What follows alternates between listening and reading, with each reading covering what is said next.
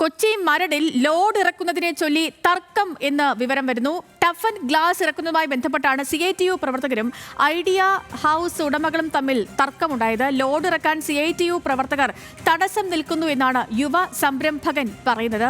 വിവരങ്ങളുമായി ഷീന മറ്റൊരു. ഷീന, ഏതെങ്കിലും രീതിയിൽ സമവായത്തിലേക്ക് എത്തിയിട്ടുണ്ടോ കാര്യങ്ങൾ, അതോ ഇപ്പോഴും തർക്കം നിലനിൽക്കുകയാണോ? കൊച്ചി മരടിലാണ് ഇത്തരത്തിൽ CITU പ്രവർത്തകരും ഐഡിയ ഹൗസ് ഉടമകളും തമ്മിലൊരു തർക്കം നിലനിൽക്കുന്നത്.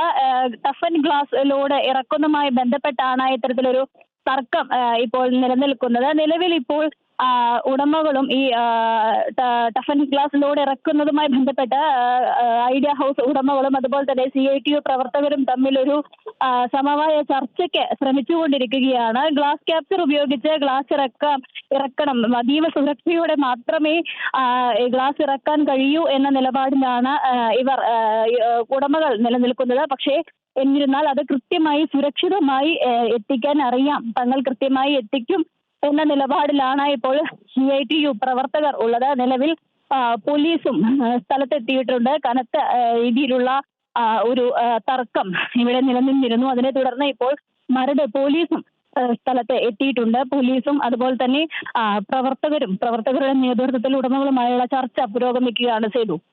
ശരി, ഷീന മാറ്റാണ് വിവരങ്ങൾ നൽകിയത്.